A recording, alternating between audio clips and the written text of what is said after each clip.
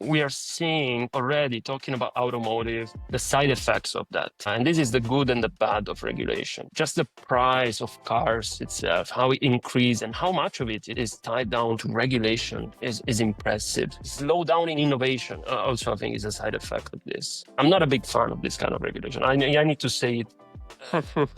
I need to say it upfront. I have had folks tell me OTA makes the devices less secure. If you can replace the firmware, you can add vulnerability. But of course, regulators have taken a different tack. And I happen to believe that OTA is a key piece of securing your devices. I think many people ignore this or they just don't know it.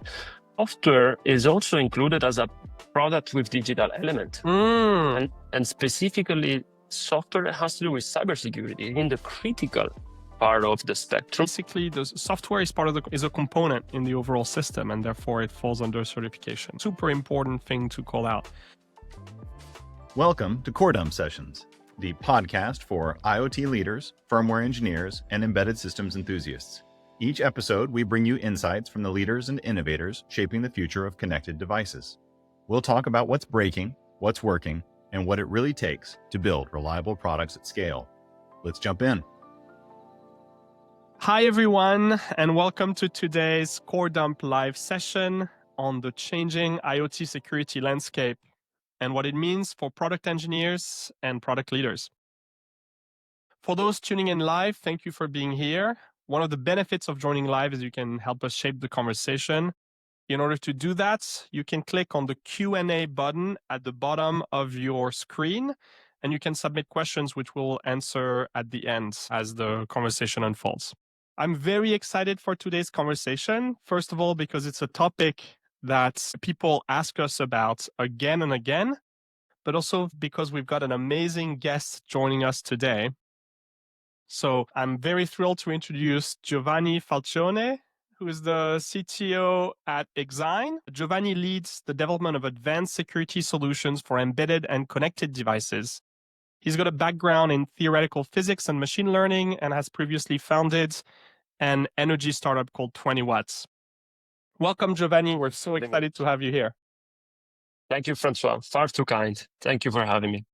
And as always, my name is François. I'm the founder and CEO here at Memfault, and I'm an embedded software engineer who's worked on a number of connected devices. And with me also today is Thomas, our head of product and great founder and engineer in his own right. Thomas, welcome to have you here. Thank you, François. Excited for this conversation. Lots of interesting topics to cover today. Wonderful. All right. So let's talk about cybersecurity, and especially let's talk about regulation. I think, Giovanni, you and I were at Embedded World this year, and it felt like the CRA was on every booth and was in every conversation that I had. But of course, the CRA is not the start of cybersecurity regulation. So why don't we start by talking a little bit about, what regulation has been around already? What has been before the CRA, comes and changes the way we work? What have people been doing today? What industries are ahead, and what exists in 2025 in the cybersecurity world? Well, this is a very, very interesting starting point for this conversation, especially being here in this industry long enough to see how it changed.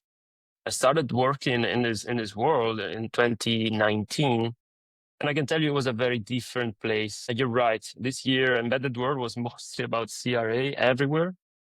But as you said, CRA, it's a bit funny because CRA is not even the most important one, in my opinion. I mean, if you talk about Red 3.3 is entering in August, and it's got nowhere near the same attention as the CRA, but many people still, will be impacted by it and still think about it. When it comes to other industries that have been regulated heavily, I always look at the automotive industry as being kind of the first mover in this sense, certainly, and also telecom. They're usually the ones that are most advanced in terms of cybersecurity. Is that because they've been regulated earlier, or is it because they're the ones who took it seriously from the beginning and have developed some best practices? Like what do you see these companies do, and is it driven by regulation or is it driven by internal concerns? Automotive has been, in my opinion, heavily driven by regulations. And it's always been the case, like in any part. Also, when you talk about safety, Automotive has been the first mover there with the 6262. And in terms of cybersecurity as well, with the 21434. So definitely heavily regulated industry. And I think an interesting example to look at when we try and guess what the future of embedded in general will look like when we talk about CRA and regulation entering all other industries. Telcom is a bit of a different case. They've been mostly diligent about cybersecurity because they realized immediately the impact it will have on their own businesses because it's the most exposed. It's traditionally been the most exposed, and they suffered great losses due to cyber attacks, and they moved at least 10 years ago. So now I would say those companies in the telecom are the ones in the best position right now, but not because of regulation, because they realize the cost of the lack of cybersecurity. I think it's possible that telecommunications, because they've been making connected devices for much longer than everybody else, like the devices, the infrastructure that they build is by definition connected. This is what they sell. And so before all of us in consumer hardware or industrial automation started building connected devices, telcos had been doing it for decades, and therefore they experience all of these problems. And in some ways, what we're learning and what we're seeing with these regulations is that the lessons that more connected industries have learned already, we're now learning in the IoT space. I think you could make the same comment about software. Software companies have been thinking a lot about software security, cloud companies for a long time when I think device manufacturers hadn't. So that likely drives the trend. Giovanni, you've been in this space longer than I, definitely, especially with the security angle. Can you help us understand, from an engineering perspective, those regulations in the automotive industry or in the telco industry, like what do they require? We're going to talk about the CRA and what it actually requires from device manufacturer. So can you tell us, like, what are the requirements today in terms of engineering features that we have to build in the product from those regulations?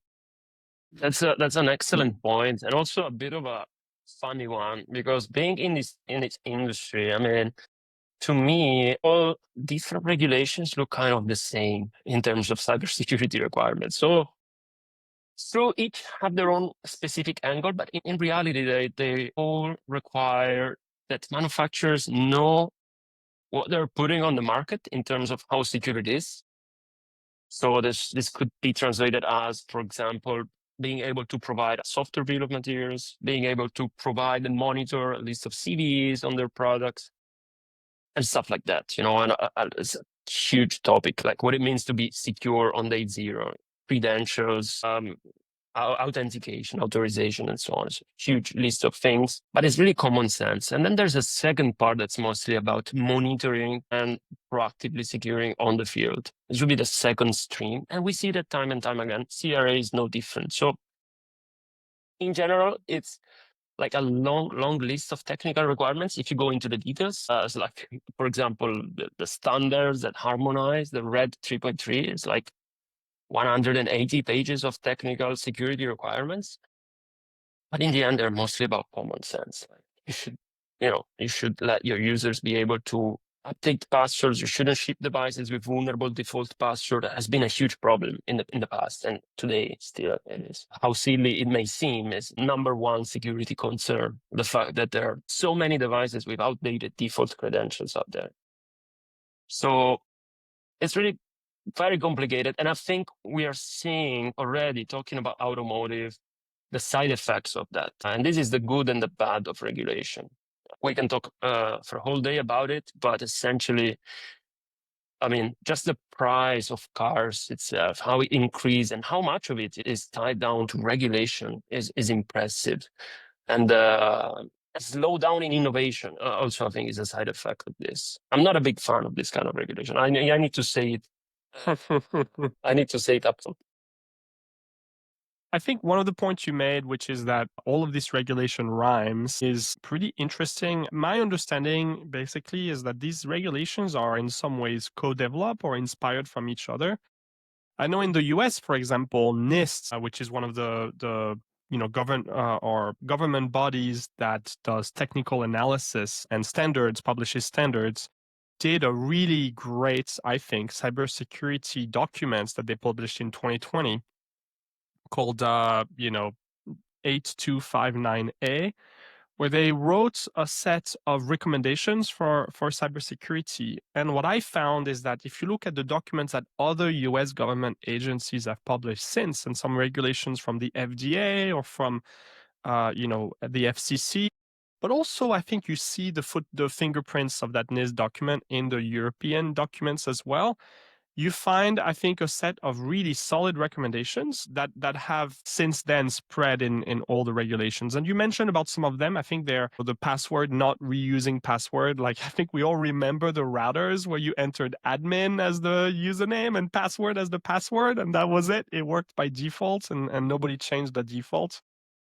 But it goes much beyond that. I recommend, for engineers who are on the call and who are curious about things like the CRA, things like the Cyber Trust Act in the US, I actually found the NIST report to be very clear, shorter than some of the regulations, because it doesn't have the weight of regulation. It doesn't have to be litigated or perfect, right? And also NIST included some summaries and diagrams that are really good.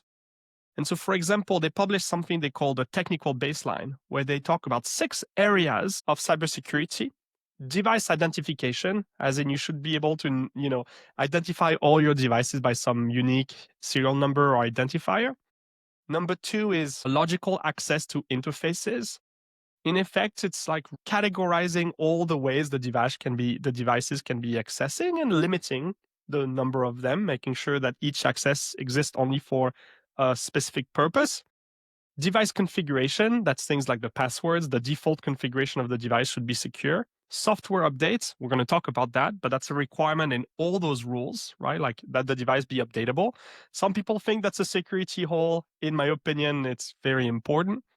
Data protection, which means encrypting the data on the device. And then last but not least, what they call cybersecurity state awareness.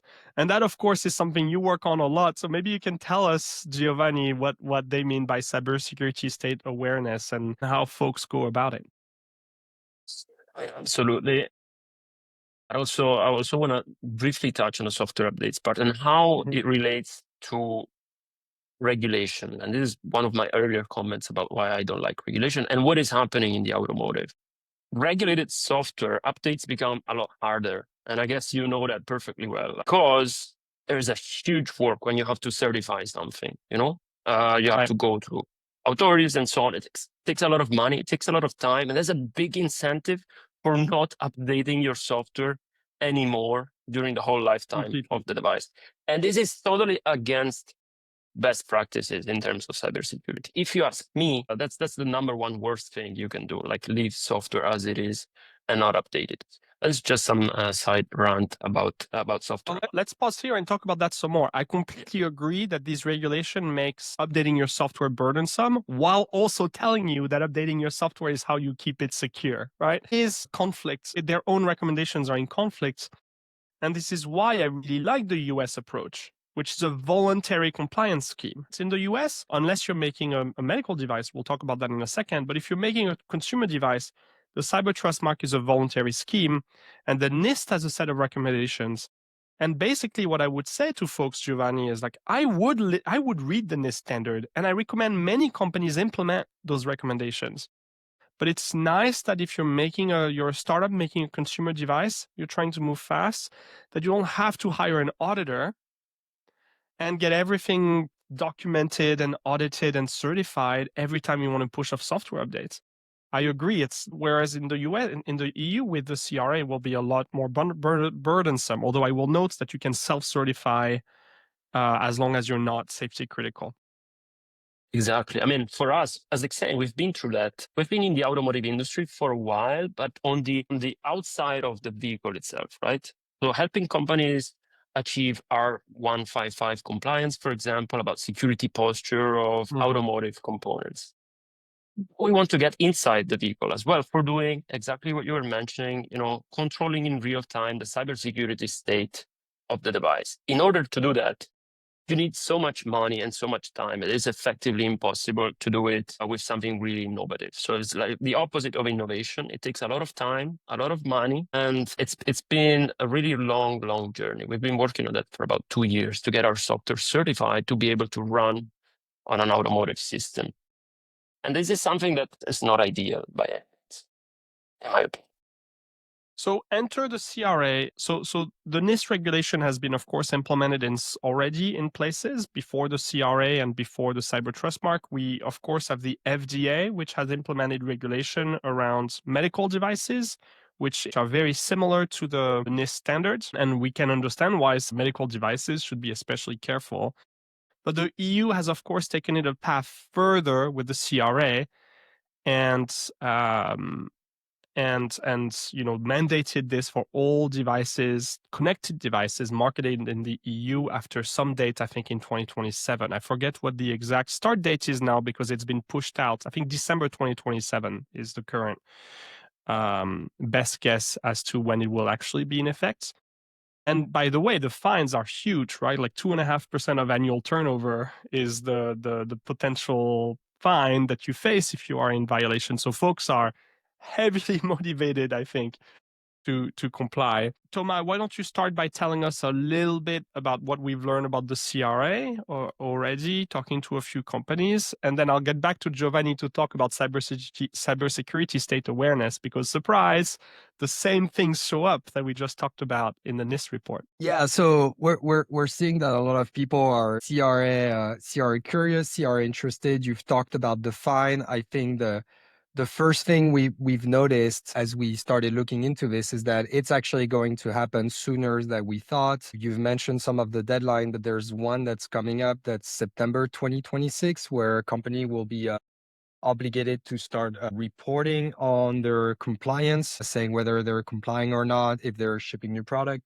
And then the full compliance, which means if you're shipping a new product, you have to be completely compliant. Right now, I think is December 2027, but as you noted, that can change. I think there's a lot of things in the CRA that's just common sense, as Giovanni mentioned. One of the things that we touched upon earlier is that the CRA requires you to be able to update your product.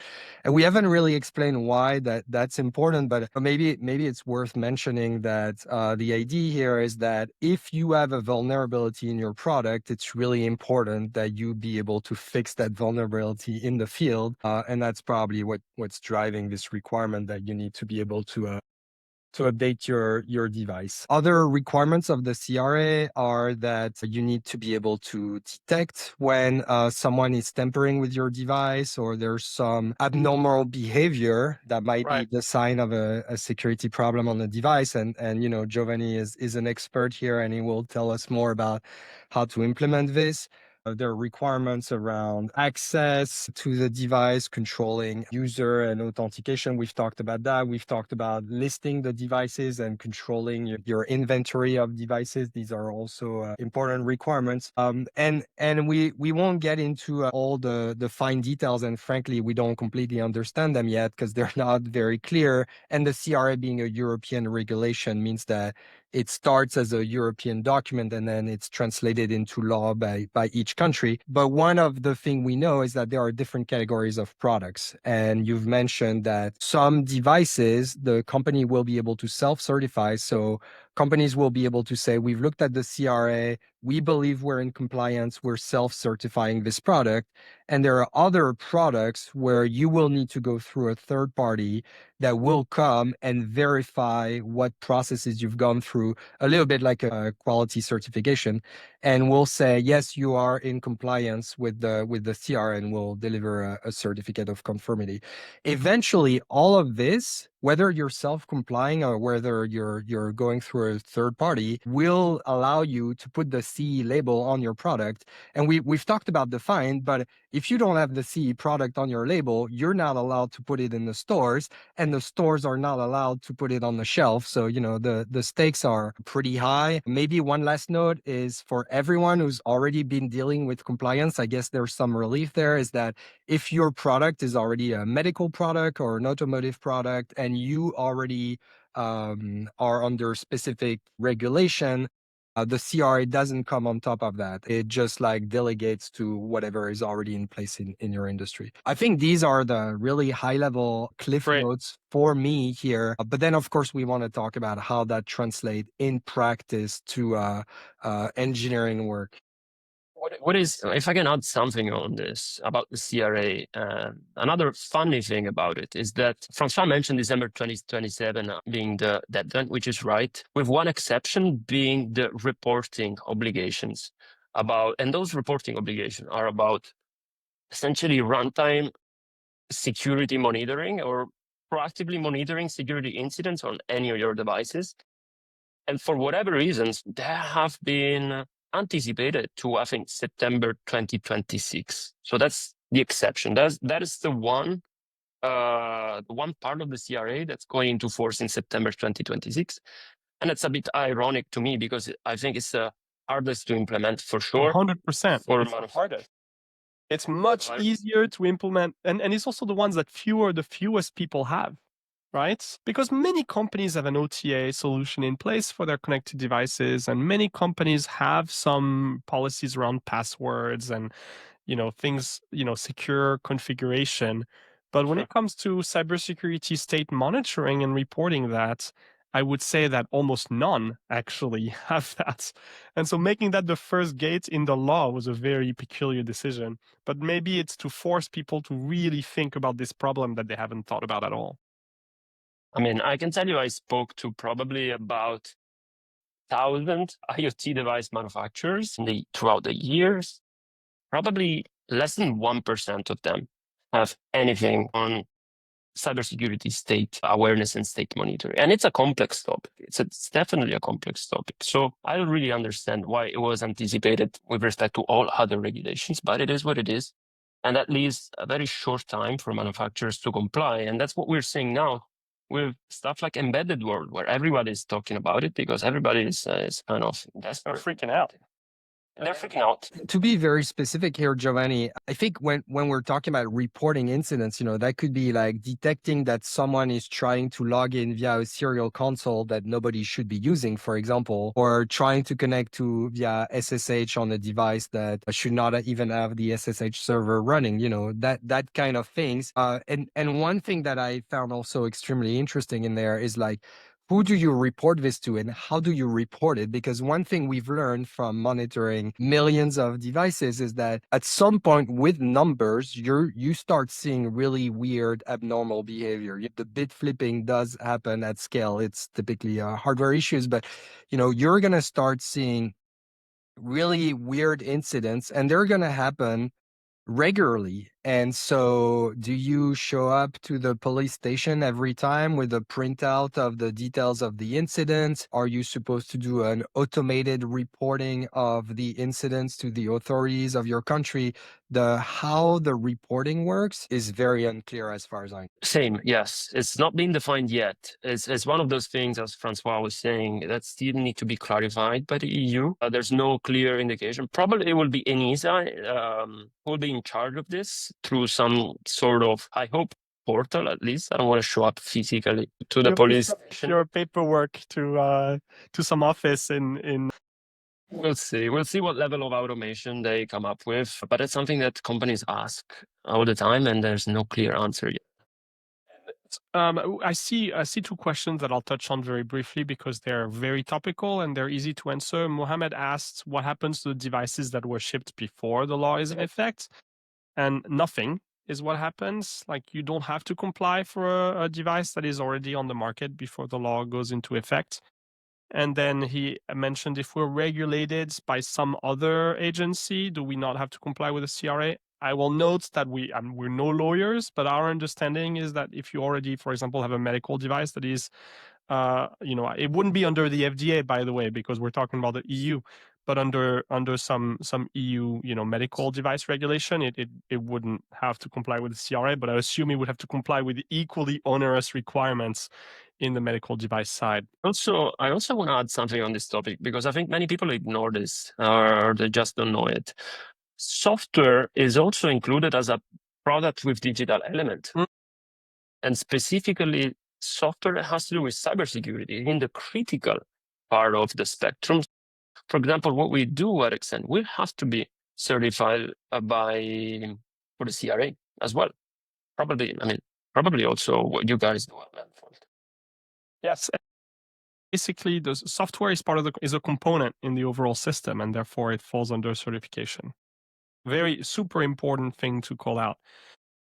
Let's talk about OTA. Thomas, you mentioned that OTA is a requirement. And I've had arguments with folks. I have had folks tell me OTA makes the devices less secure. If you can replace the firmware, you can add vulnerability.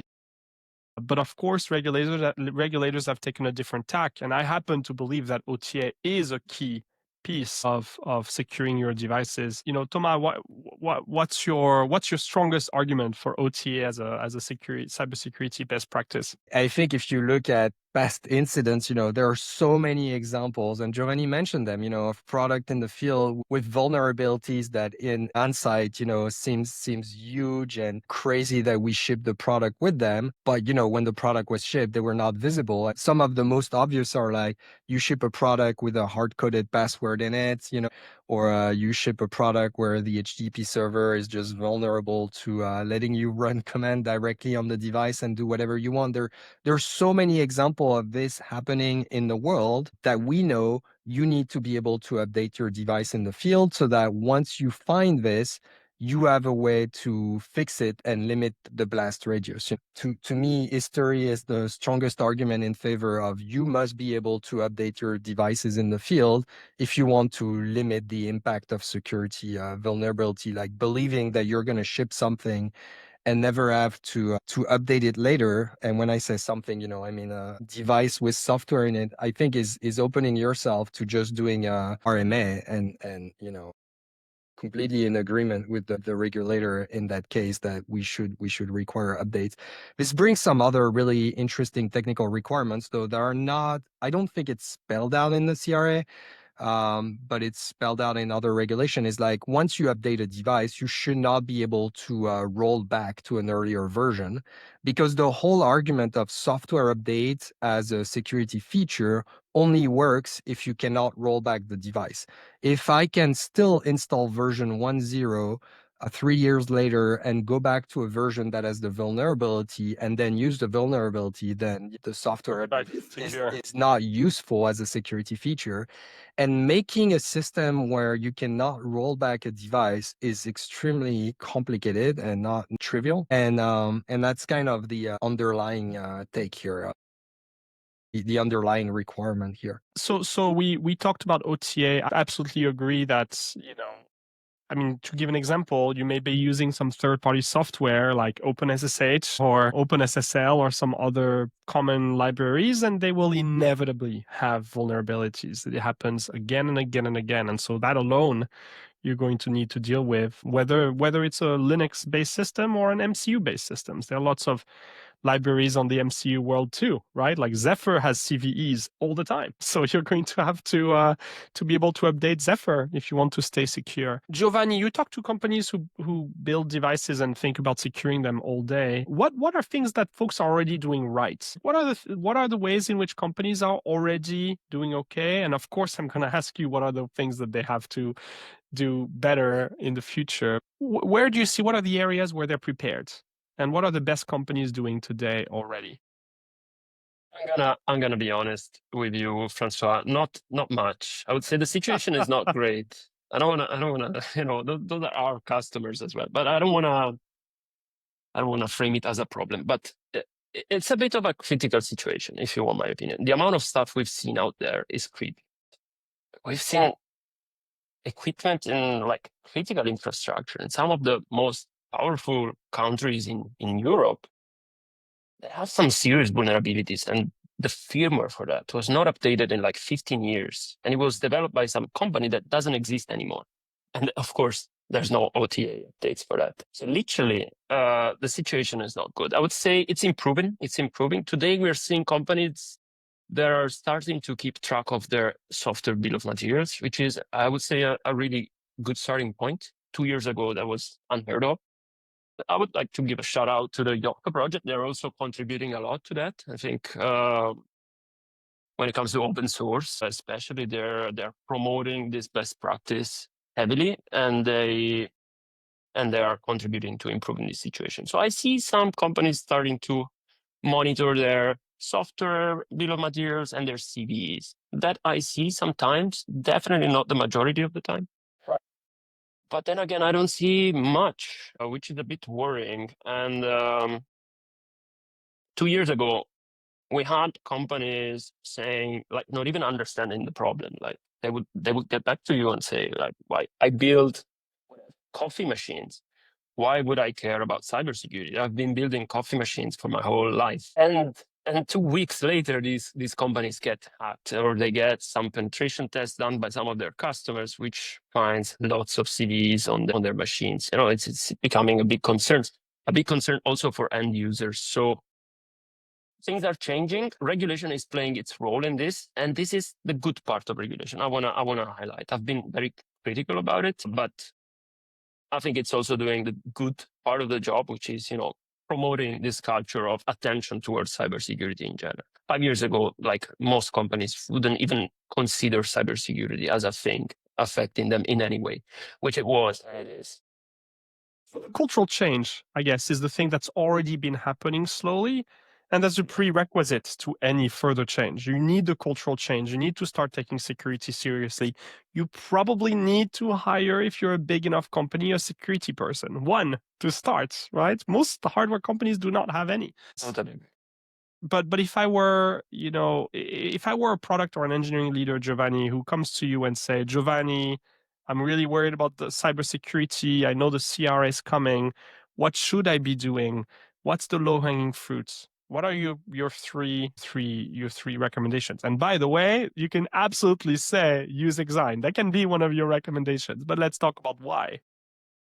Okay, use Exine for sure, but I mean, the very low-hanging fruit is answering the question, what do I have right now? And this is where 90% of companies fall short. Like, they have no idea. Is my product secure? Is it insecure? I have no clue.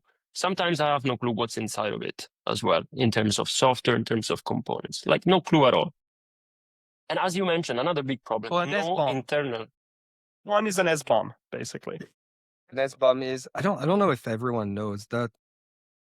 The SBOM is essentially like the shopping list of all your components, all the components inside your firmware, like very, very long story short. The libraries, what RTOS or OS you're using, it's like a big XML file with all your binaries inside your image, and all the version used. And the reason it's really useful is because then you can automatically scan all the new vulnerabilities that are coming out with their CVE number and scan them against what's in your product and know which version of your product are affected.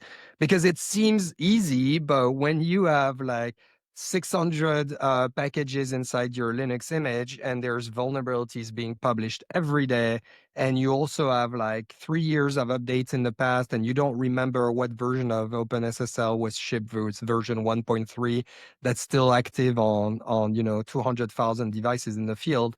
Like, having the SBOM makes it easy to answer the question, am I exposed? What percentage of my fleet is exposed? And as you mentioned, Giovanni, Yocto does that out of the box for you now. Exactly. That is the low hanging fruit. So, like, know what you have and know if you've got something in production with vulnerabilities. If you do, you would need to take action immediately. Absolutely. And that's easy. There are tools for doing that. That's why it's the low hanging fruit. And it takes. Okay, so we talked about SBOM. That's the first thing. That's the first thing you should do. That's one of your three. What's number two, Giovanni? CVEs. Tracking. Monitor all your CVEs, your common vulnerabilities and exposures. What's a CVE? Again, a CVE is essentially a known vulnerability in any component inside of your firmware. Like, say you're using whatever, OpenSSL, or again, anything really. Researchers around the world look for vulnerabilities in these libraries all the time. And when they find there's this cumbersome process for getting a CVE published on a NVD or any official vulnerability database. Once it's out there, essentially you need to, there's a public disclosure procedure or whatnot, but essentially it's a database where all the vulnerabilities of any software are stored. If you have a CVE in production, it could be a big problem if it's a critical severity CVE, or it could be, something to be aware of. It's a high or medium severity CVE. But you should know, and I would say 90% of the companies have no idea, and 99% of the cases, they do have some critical CVE. So that would be my number 2 low-hanging fruit. My number 3 would be to look for credentials and weak hard-coded credentials. How would you do that? Are they some scanners that do that well today? Is that something you guys do at Exine? Like, what's the easiest way? I want to find credentials. So I know, for example, for Memfault's cloud application, GitHub does credential scanning nowadays against your cloud apps. But if I'm building firmware, is there something off the shelves that I can easily use? What would you recommend? There are a few. We do that, of course, with one of our products entirely automated by looking at the binary itself. We don't even look at the source code, but we decompile the binary and look for weak passwords by trying to brute force them, essentially.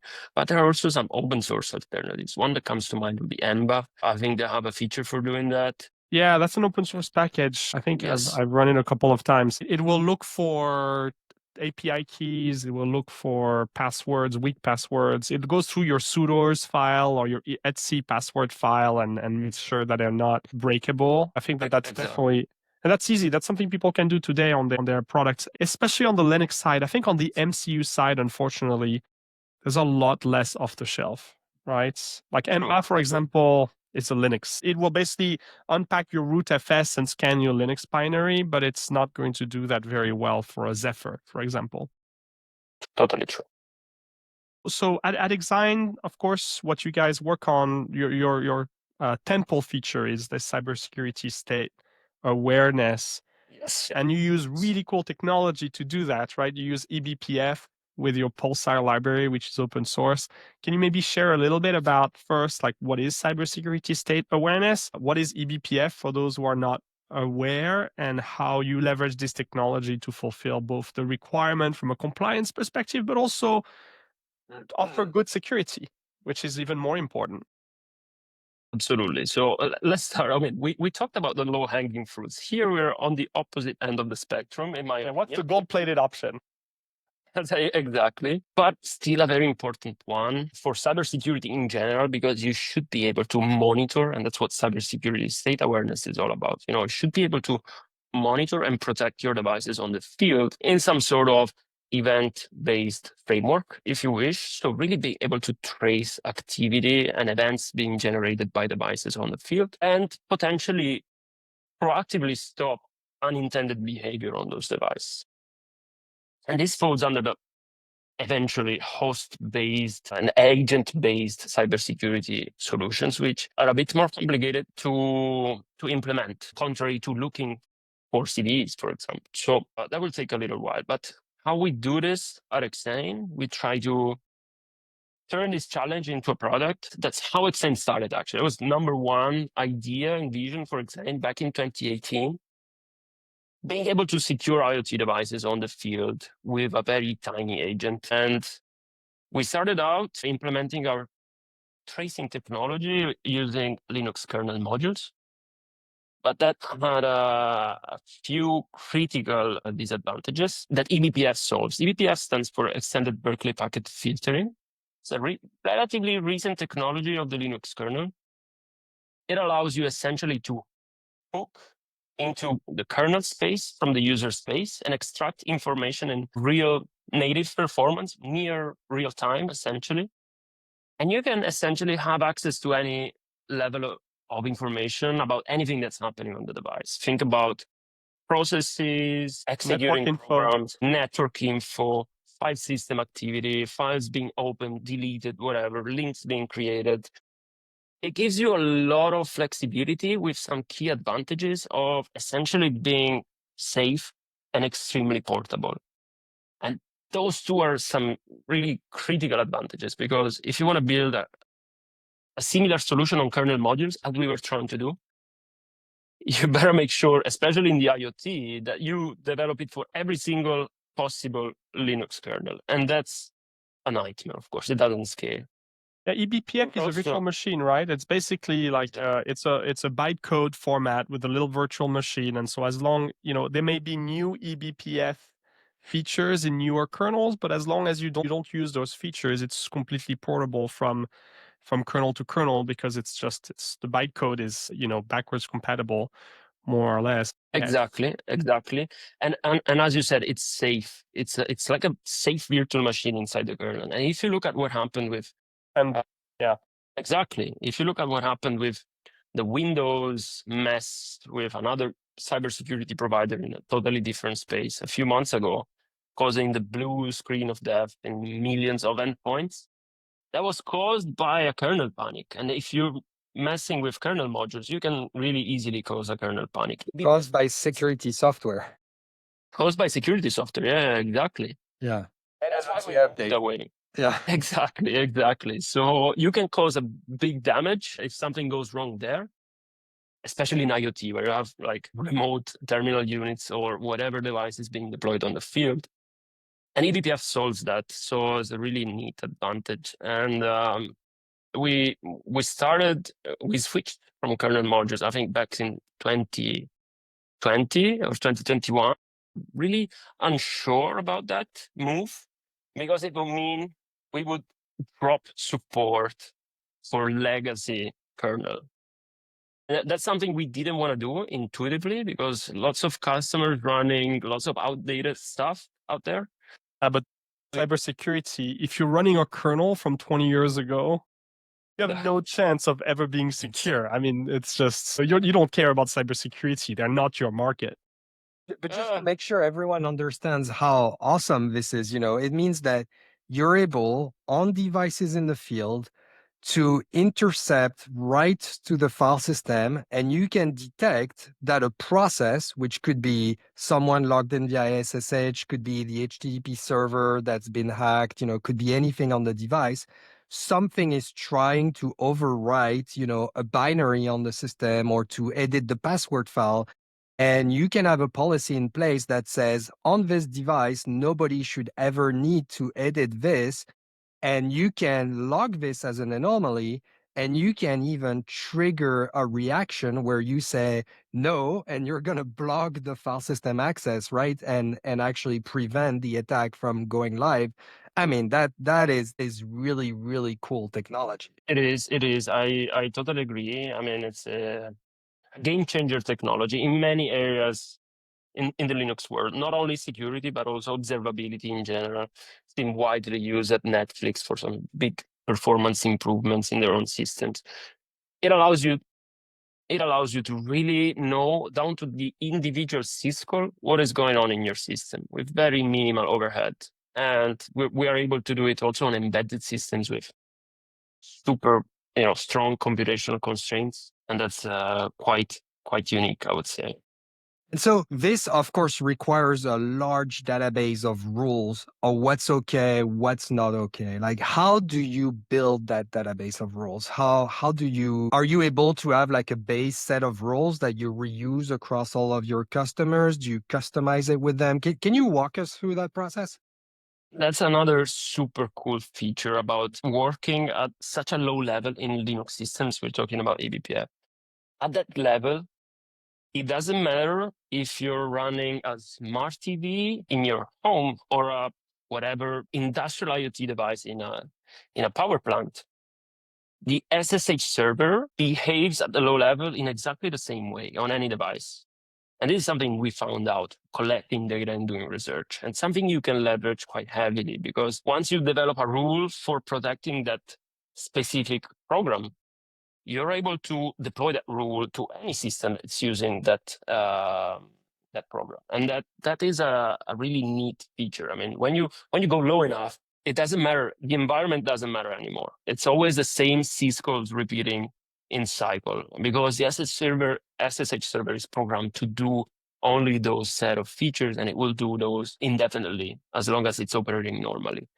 That's why we have a team working essentially on these systems and researching, like a red team, developing new rules.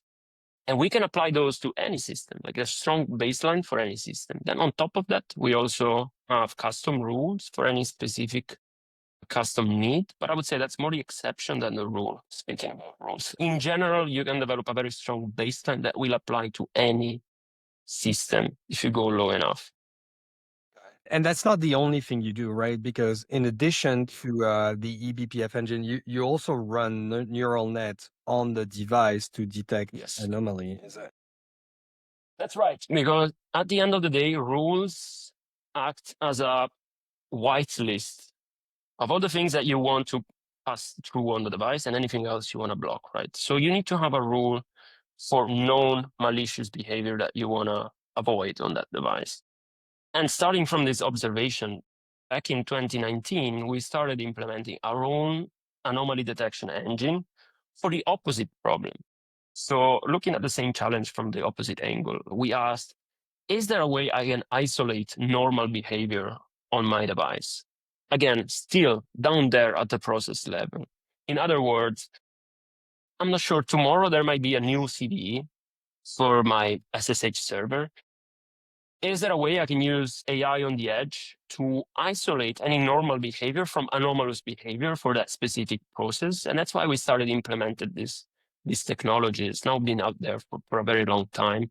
And it kind of complements this rules-based approach in a very strong way, in my opinion. So I think it's a very interesting use case for the whole AI on the edge industry, if you wish. Usually we see a lot of computer vision. Who knew cybersecurity could be a new space where AI on the edge could live, and companies can also use TPMs for that. Sorry, TPUs for the edge TPUs for that, and it's I think I wouldn't only rely on it because it's not deterministic.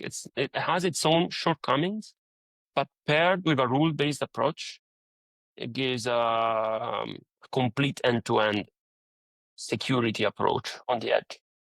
So when we talk about AI on the edge, I think there are a few questions that come to mind. One is, I hate when we use AI as this magical box, and I like to bring it back to functional programming principles of like, there's a box, there's an input, there's an output. And so I'd love for you to talk about what is the input and the output of the model here in very concrete terms so we can all understand what we're talking about. And the second concern that I'm sure a lot of people might have is, what are the requirements in terms of memory, CPU? How impactful is it on the device? Can you talk about both?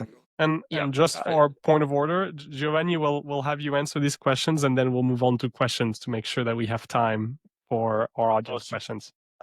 I had to slip my questions in. Let me go through Thomas' questions really quick. So how does it work? Again, imagine we look at the lowest level possible. We focus on syscalls. Syscalls are like the building block of every action any IoT device performs in Linux terms. We look at the time series of syscalls for some key processes, not for the whole system, but we do it on a process by process base, and only for the processes that we care most about in terms of security. So we observe, what is going on in terms of syscall through time.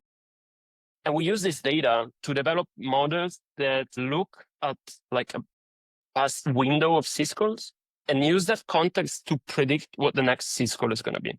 And they do that in a probabilistic way. So you tell me the last 10 syscalls, I'm going to tell you 99% confident the next syscall will be this. And we use this prediction and observation match in a probabilistic way, remember, to determine how far the actual behavior is from the expected one from the model. And we compute the distance between these two, and that gives us what we call the anomaly score. And it's something that goes through a huge training pipeline in our cloud. Training happens, of course, in our lab. And at the end of the day, we put everything together and we ship a model that essentially does this prediction game all the time in real time. And if the actual behavior starts diverging from the one it has learned, then we start to see this score increasing. If it goes above a certain threshold, we are able to detect that anomaly. So that's how it works. In terms of computational constraints, I would say the largest agent we built, including the machine learning model. Of course, this is all optimized for edge inference using the usual stuff. The largest agent, it takes about, I don't know, 7 megabytes of storage space, and something like, don't want to give you a wrong number, but around 80 megabytes of RAM, and only a 1 to 2, 3% of CPU overhead, depending on how much stuff is going on. So the more stuff is going on, the more stuff we have to trace, the more CPU overhead, but it's extremely lightweight. Everything is optimized for edge performance, of course. I didn't mention that Exine works only in the embedded. Giovanni, thanks for all those details. Super interesting and really cool technology. I'm going to turn to a few audience questions. Started with a simple one for Kelvin Silva, who asked, how long do companies need to offer security updates to be compliant? I think I can answer that one. My memory is that the CRA requires the greater of 5 years or the expected lifetime of your device. So if you expect your device to be around for 15 years, you need to provide updates for 15 years. But at the very least, you need to offer security updates for 5 years. And by the way, if you don't expect to support your device after 5 years, it has to be clearly stated in the documentation. So you can't get away with giving 5 years update, but putting like 10-year lifespan on the box. Like that won't fly. In the same vein, David Poole asks a question that I think could be its own rabbit hole, but we can touch on briefly. What happens to devices in the field when a company fails? Thomas, do you want to touch on that? Actually, it's actually not well handled, I think, by regulation today. Yeah, I want to say I'm not a lawyer, but I think all the bets are off, right? If the company fails, there's no guarantee for your devices, and probably as a consumer, you should stop using it because there is no guarantee that anyone is monitoring and maintaining the security anymore. I mean, yes, it sucks, but I think it's true in many other regards. Like if you have a car, and we know someone who it happened to, like if you have a car and the manufacturer goes broke, you also don't get updates and parts for your car. There's nothing new here. I would briefly add that this has strong implication in supply chain. And when manufacturers are going to select their components, they know they depend on their third-party suppliers, and they have this big risk. So they will take care of that when it comes to CRA. Yeah, they now have a 5-year. They know that their suppliers will need to provide them updates for 5 years. They have to be careful about that. Robert Lee has a very similar question, which says, most smart devices in my home have limited firmware updates to only a few years. So should I assume that if they haven't been updated in 3 years, they're insecure and I should replace them? Giovanni, what do you think? Yes, they're insecure to a certain extent. Should you replace them? I don't know. It depends how much you really care about that. Like if you really care about security in your own network, probably that could be an entry point for your network. And if you really care about that, it could be a good idea to replace them, yes.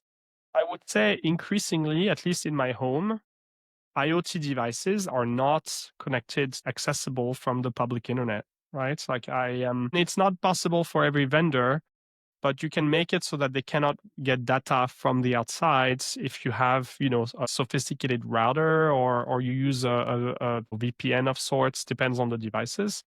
Because honestly, I think even if they're updated, most manufacturers are not diligent enough at security updates. And most people are not diligent enough at applying those security updates. And so these devices, I think, are insecure, should be assumed to be insecure to start, right? Do you agree, Thomas? Yeah, I mean, I'm with Giovanni on the yes. You can assume that they're not secure anymore. I mean, this has obvious bad consequence for the environment. Like, are we going to start considering that every piece of electronic we buy is plastic, going back to the earth in a few years? Sadly, I think the answer is a little bit of a yes here. There are, of course, mitigation you can take as an individual when it's your home network, as François mentioned. But I think the stance that you take as a company, which is what we're talking about mostly here, is different than what you can do as an individual. As an individual, I would probably keep the device and just lock it into a box. As a company, I would consider it's insecure and recommend that people stop using it. David Barroso asks a question I'll answer briefly, which is, if I have a device that's shipping already, but I still want to keep shipping it, do I have to redesign it with CRA in mind to keep producing it? No. the law, and again, ask your compliance department, but our understanding is that it's about devices first marketed. It's when the device is first marketed. So any device that is first marketed after the enforcement date needs to comply. A device that was first marketed before, even if it's still sold, doesn't need to. So no need to fret. And similarly, Doug Young, hi Doug, asked about what about if other devices in your ecosystem are insecure? Are you forbidden from connecting to them? And the answer to that is also no. I mean, if you think about you're building an iPhone, right? Apple will certainly comply with the CRA for iPhones. If you have Bluetooth headphones from 2 years ago that are not compliant, you would still be allowed to pair your iPhone to them. You'll want that interface to be secure on your device's side, but it doesn't kind of taint the device when it connects with an insecure device, right? Do I have that right? Yeah, I think that's correct. And last, I think to end on, Fahad asked a question, which is, I make a device that's a coffee machine. Nobody should care whether it's secure or not. So can I just ignore the law, Thomas? What do you think? I think nobody should ignore this. I mean, this example is great. You could think the coffee machine is not a source of problem, but there are so many examples of devices that got hacked and they got used as point of attack to attack further system, even if it's just to launch distributed denial of service. Your coffee machine would be a great source of traffic to take down web servers. And there's lots of innocent devices in the field that get hacked, not because of what they're connected to or what they are, but just because they're used as a relay for generate or to push traffic. So I think security is very important for every devices, and nobody should think that they can. Be amazed how a random device like a coffee maker can be used to spy on you by looking at network traffic, by potentially looking at vibration. Like there's amazing research as using a camera or a vibration sensor to get audio or to get other data from the world around you, using the Wi-Fi radio to get some signal about how many humans are in the room. This is far out stuff, but generally,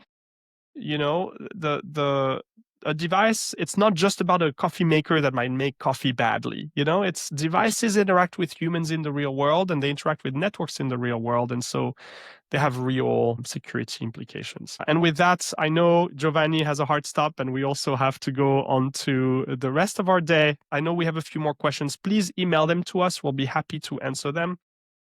But we are delighted to have had this conversation. Giovanni, Thomas, thank you so much. We hope you found it interesting and valuable. And as always, please get in touch. Send us some feedback. Send us some questions. Send us some suggested topics. We love to hear from you, and we can't wait to see you again at the next one. Thank you, François. Bye-bye. Thanks for tuning in to this Coredump session. If you enjoyed the conversation and want to dig deeper, check out more episodes available wherever you get your podcasts, on YouTube, or at memfault.com/webinars. If you have any questions for our team, drop us a line at team@memfault.com. Until then, keep shipping. See you next time.